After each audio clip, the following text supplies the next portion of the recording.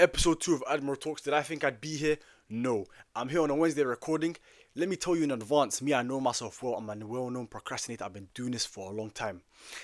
You're going to be seeing this no later than a Saturday, I hope. There's zero chance you get this on a Friday. I apologize. I know I said Friday 7 p.m. I'm telling you now up front, don't get your hopes up. You're seeing this Saturday at the earliest. Procrastination for me is a skill, it's an art. I will sit down for an assignment that my uni professor, physics, will tell me 66 minutes and 9 questions. It's due by midnight. Wallahi, I'll sit down 11:54 and I'll open up, I'll log into my Pearsons. So that's just, I know myself better than everybody. I will tell you now up front, you're not seeing this before a Friday. Maybe even, it might even come out on a Sunday. I hope it's a Saturday when you're seeing this. But Admiral Talks, episode 2, let's get straight back into it. Now, before we start, I would like to mention I ran into a fan today. One of my viewers, one of my followers, I appreciate him. He came up to me when I was picking up my younger brother from school.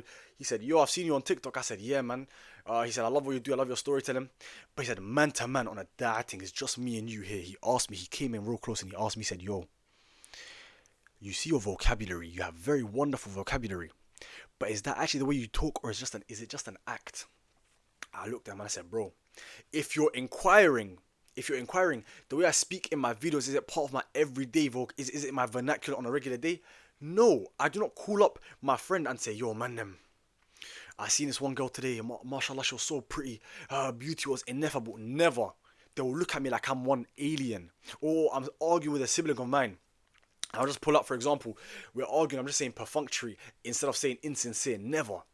However, let's not get it twisted. Make no mistake, these words have been part of my lexicon for the longest. For the last 20 years, I've been amassing words, expanding my vocabulary to the point where I can pull it out whenever I want, whenever I need. And look, me, I'm a gatekeeper. Like I said, I'm a competitive, ranked gatekeeper and a hater. My own sibling will come to me, they'll say, "Yo, big bro, Admiral, that jacket looks cold. Where did you get it from?" This is my blood. My blood asking me. I'll look him dead in the eyes. I'll put my hand on the shoulder. I'll say, "You might want to sit down for this one."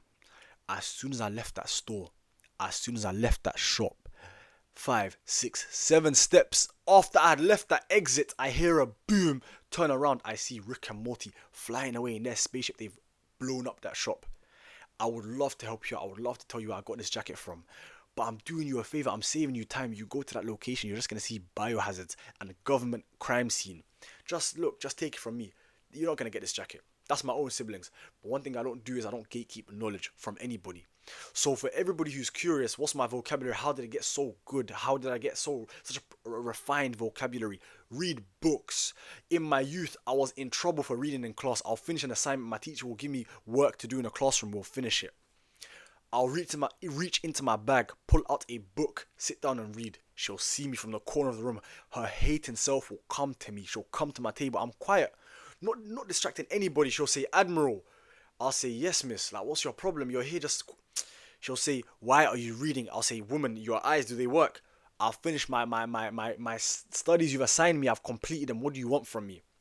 She says, "If you finish your work, come to the front and request some more."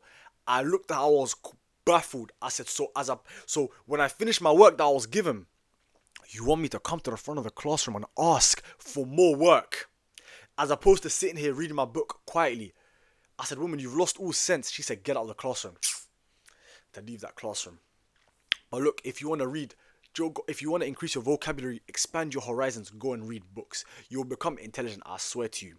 Now, I'm sorry for this rant. Let's get into today's episode. But before we start, I do want to say, I've been reading all of your jinn stories. We do have this one community event that I'm trying to get set up for Ramadan, inshallah. It's around the corner. We have 30 days of Ramadan, 30 jinn stories. You guys seem to be loving the jinn stories, and I love telling them. So here's what we're doing. You guys are sending your stories into me. If your stories are good enough, like I said, I'll tell them on my page. I'll give full credit to you. If you want, I'll give you full credit. We will 30 days of jinn stories. Let's make it happen. But some of you guys, you're coming in my message requests on TikTok. You're sending me paragraphs, blocks of texts. I have to swipe to read your story. Not even a hello, not even "I've been enjoying your videos." You're coming there straight, yep, talking at me. I will block you. Mother's life, I'll find you and I'll deal with you. Come there give me a little summary. If your story is good, I'll get back to you. Then you can give me details. I'll have my notebook and my pen. I'll listen and I'll write. And then we can get your story on my page. Last but not least, before we do begin, I was enjoying reading all of your gin stories in the dark. Some of them keep me up at night. But I had one very confused follower. She sent me a message request saying, "Hello, Admiral. I've been watching you for a long time. I love your work." I was thinking very, very much. Thank you very much. And then she goes, "I'm here just seeking some advice." She goes, "For a long time, I've been trying to get involved with this one brother for marriage, but it's not really working out. And I like your opinion, I like your advice.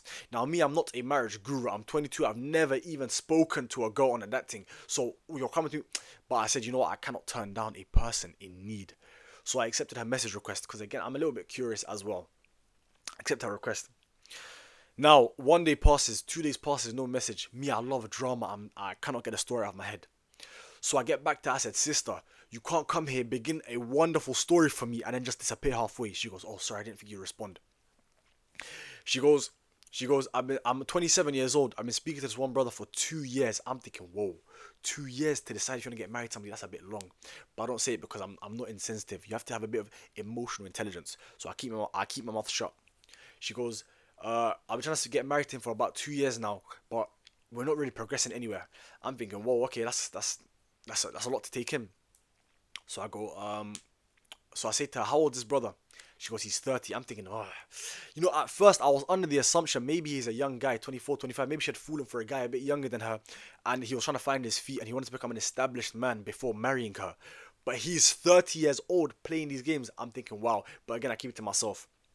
So I go, "Sister, what do you like about this man that's making you wait around for 2 years?" Because I would say just leave. But again, I've never been in love, but some people around me have been in love, and the heart wants what the heart wants. Okay, so what is so good about this man that you'll wait? She starts naming things like he's handsome, he's this, he's that. I said, no, no, no, you have to understand. Tell me some good qualities. How does he speak to his female family members? Does he pray 5 times a day? Does he go to the mosque? How does he treat waiting staff around him? All of these things. For somebody who's been involved with another person for the past 2 years, a surprisingly high amount of her answers were all "I don't know." So now I'm thinking, okay, wow, this is getting a bit heavy. So I said, does he have like a social media page that I can do a bit of detective work on? She sends over his IG. I go to my private IG account. I go from TikTok to IG. My IG is private. I'm there doing a bit of stalking. I go on his page. This guy's doing up grills, necklace, chain, watches, cars, the whole shebang. He's a 30-year-old man gallivanting around like he's still 18. Now at this point, she says, "Brother, can you speak to him as a fellow Muslim brother? Just please speak to him." And you know what I mean? Trying to me, I looked at my phone. I got that message. I said, "I'm 22. This man is almost 10 years my senior. He's old enough to be my younger brother's father, and you want me to hear telling him pattern up, fix up for marriage, uncle?" I said, "This is above my pay grade. I need to bring in a cavalry. I've got a friend. He has an older sister. She's about 26, 27. In them man's age range, she's married." So I called up my boy. I said, "Salam alaikum, bro." He said, "Wa alaikum salam." I said, "Listen, is your sister at her crib or is she at your house today?" He goes, "She's visiting us today. Please, I beg you, go and bring her." He goes, "Why?" I said, "I'll explain to you. Two birds, one stone at the same time." They come back. Slap the phone on speaker. I said, "Listen, sister." I go, "First of all, how are you doing?" She goes, "I'm doing good, Admiral. How are you doing?" I said, "I'm doing fine. I've got this one viewer who sent me a message request and she's asking for advice regarding marriage and your experience because you're married. You're a married woman, so please help me out." She goes, "Okay, I'll hear it." I go, "Say no more." And then I go, so I say she's 27. She goes, "Okay." She's been speaking to this one brother for about 2 years now. She goes, "Oh, 2 years, that's a long time." I said, "That's what I, cool." I go, but every time she tries to bring up the idea of marriage, he's there dodging the question. He'll ghost her, he'll do this, he'll do that. She goes, "Oh, that doesn't sound good, doesn't sound like a good man." I said, "Yeah, that's what I thought as well. But benefit of the doubt." And she goes, "Okay, uh, does he have like a social media page that we can go and stalk him on? See what he does, see his public image?" I go, "Yeah." I send over the IG to my boy. They open on his phone, I can see them going through it. And then she goes, "How old did you say this guy was?" I said, "He's 30 years old." She goes, "This guy's a grown man. He's here cosplaying as a child, 18, 19-year-old. I said, "Sister, that's exactly what I said." And she goes, "If you repeat that one more time, I'll smack my friend. He'll pass the smacking on to you." My friend said, "If my sister smacks me today, I swear I'll touch you next time I see you." That's on me. That's on me. Cool. Now, she's stalking the page and she goes, "Look, here's what you're gonna do. You're gonna go back to the sister. You're gonna tell her, look, if you want to get married, this man here, he doesn't appear to be a good guy. Just the way he's dodging your questions regarding getting your nikah done, the nikah is the official marriage. The way he's dodging these questions, the way he's doing this, he doesn't seem to be a good guy. He doesn't seem to be a good moral man. He will not observe your rights as a wife. He will not give you what you're owed. He will not treat you the way you're supposed to be treated." And then I said, look, sister, I'll be so real. Like, these are heavy words coming from me. I'm young and inexperienced. Can I just freeball this one to you for you to handle? And she goes, that's a great idea. You know what? Send her TikTok to me. I will handle everything. Send it over. I'll let her handle that. Fast forward a few days. I'm now curious because I want to see where this sister's currently at. I call up my friend. I said, yo, what's your sister saying? He goes, yo, they're at an event right now. Funny you should ask because they went to Birmingham for a women only Islamic meet and greet, whatever it was. And she basically adopted her into her group. Inshallah, I'm praying for them to find her a good husband, a good spouse. Because 2 years is outrageous time to spend on one guy who's dancing around your questions. Ridiculous. But I apologize for that. I spent like 10 minutes yapping about the intro. You've seen today's episode title. We're here to discuss, is the UK really bad vibes? Because for the longest time you've heard UK bad vibes, UK bad vibes. So today I want to sit down and actually discuss and think, where has this idea come from? Because me personally, I disagree. Now, in London, maybe London is bad vibes, but I've been to Bristol, I've been to Scotland, I've been outside of the UK, and this idea of bad vibes is non-existent. People are so much happier in Manchester, in Bristol, in Scotland, in Ireland. They're all happy. So what is it in London that makes the people so miserable? And now I've come to produce a theory. I want you guys to judge and give your feedback in the comments down below. So my personal ideology is this: when a child sorry about that. When a child goes into secondary school, or in the UK, in the UK, let's start from the top. UK's population, geographically, we're a small country. Compare it to Sweden, compare it to Australia, compare it to the United States, we're small, which means our population is lower. Now, when the population is lower, you're more self-conscious, you're more aware of how the people around you are viewing you. What does this mean? It means you put a lot of weight on what other people are saying. The way my man's looking at me. What if he thinks I'm a joke, man? The way this girl over here is talking, what if she thinks So you're now self-conscious. You begin to stifle your sense of identity. If you liked comics before coming into secondary school, you enter secondary school, you abandon it to fit in with the crowd. Now what does that cause? It makes you bitter because you cannot be yourself. If you go to Sweden, you go to these other countries, these Scandinavian countries, where they're much, much larger than the UK, you'll see nobody has time to be worrying what next man thinks, because you're past 1,000 people on your way to school. On your way to work, you're past 1,000, 2,000 people. You genuinely cannot afford to stop and think what each person here thinks about me. You don't have time for that. But in the UK, because it's so much smaller than these other places, you have time to waste wondering what these men are thinking about you. Now, you become bitter because you can't be true to yourself. And when you see another person out there, living their best life, wearing what they want to wear, enjoying what they want to enjoy, reading books they want to, you'll feel bitter because they're doing something you cannot do. And that's why people say the UK is bad vibes, because people are bitter. And again, like I said, I believe it starts in secondary school. Speaking of secondary, I know you might love the story times. Let me tell you how me and my friends, we caused combs. We caused these combs here to be banned from our secondary school. Now, Black Ops 3, the best game of all time. Michael Myers, S&D, Snipers Only, the greatest game of all time. Me and my friends, we had a group of about 12 men. Inside that group, there was 4 people in a clan on COD called the Abu clan, ABU. 4 members, myself, Abu Diko, Abu Freezer, Abu KDD, short for Kick Down Doors, that's a story for another day, and Abu Rilla. Now, because of this, we were much closer than the other members of our group, because we will play COD together after school. Now, Newton's third law of kinematics states, every action has an equal and opposite reaction. So when one group amasses power, there's a faction forming inside the extended friendship group. To counter this, to balance this out, another faction has to form. That's the law. So meet the second party in our story, Semi, S-E-M-Y. These are the initials of the 4 members of Semi. Now this caused a lot of strife. It's friendly, we're all boys at the end of the day. But outside of school, we're playing football. Once the match starts to die down, we now begin wrestling. Them 4 versus us 4, we're scrapping it out. But this was not an issue. It was not a problem until it reached the school. Now, one prominent part of our beef, like all gang violence, is rap battles. You'll go home, write some bars, come back to the park, people are recording, get a beat on, you start rapping against each other. But the same jokes eventually get boring. You got a fat forehead, this guy's obese, this guy is dying of heart disease. It gets to a point. So you need new material. What do? We decide to make our own material. What does that mean? It means now you 4, you might catch one Semi member lacking. You'll grab your combs. You'll fake it, quiff him up. Now you have a new thing to rap about. You go back to the park and you rap and say, remember we got down my man. But this beef was not contained outside of school, it spilled into school hours. I'll elaborate for you. One time I'm in IT, and I'm back in my class. My three other Abu members, they're in another classroom. I'm by myself here. I look to my right, there's a semi-member over there. Look to my left, semi-member over there. I'm outnumbered and I'm outgunned. One shank versus one comb versus two. It's not a fair fight.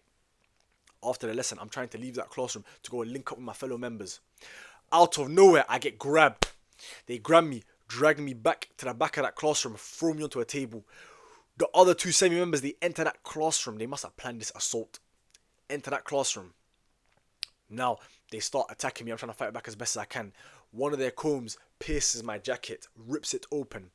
Now I've become the victim. They go and they rap about the time they tore my coat. They use the comb to lacerate my jacket sleeve. Now we have to get back in blood. So we catch one of their semi-members lacking outside of school in front of the reception. We get him down. We start to even hit him with the arise in his hair, pulling him up by his hair. And that's when the head of year got involved. He said, I've been aware of your Abu and your Semi beef for a while now. He says, if I see any more mention of Abu Semi, if I see your rap battles, if I see any combs, you guys are finished. Next Monday, Miss Tappa, our head teacher, she comes in at assembly hall talking about these combs, the metal ones, they're banned from our school for whatever reason. Now you'll see guys enter the school, their hair is nice and done. 3 p.m. when they're exiting that building, nappy. Everybody's hair is nappy. They even hit us with sanctions. We could not reside in groups of more than 5 people. Maximum we're allowed is 5 man. That's a problem for us because we're a group of 12. But that caused a lot of strife, a lot of problems for us. Now, that wraps up our second episode of Admiral Talks.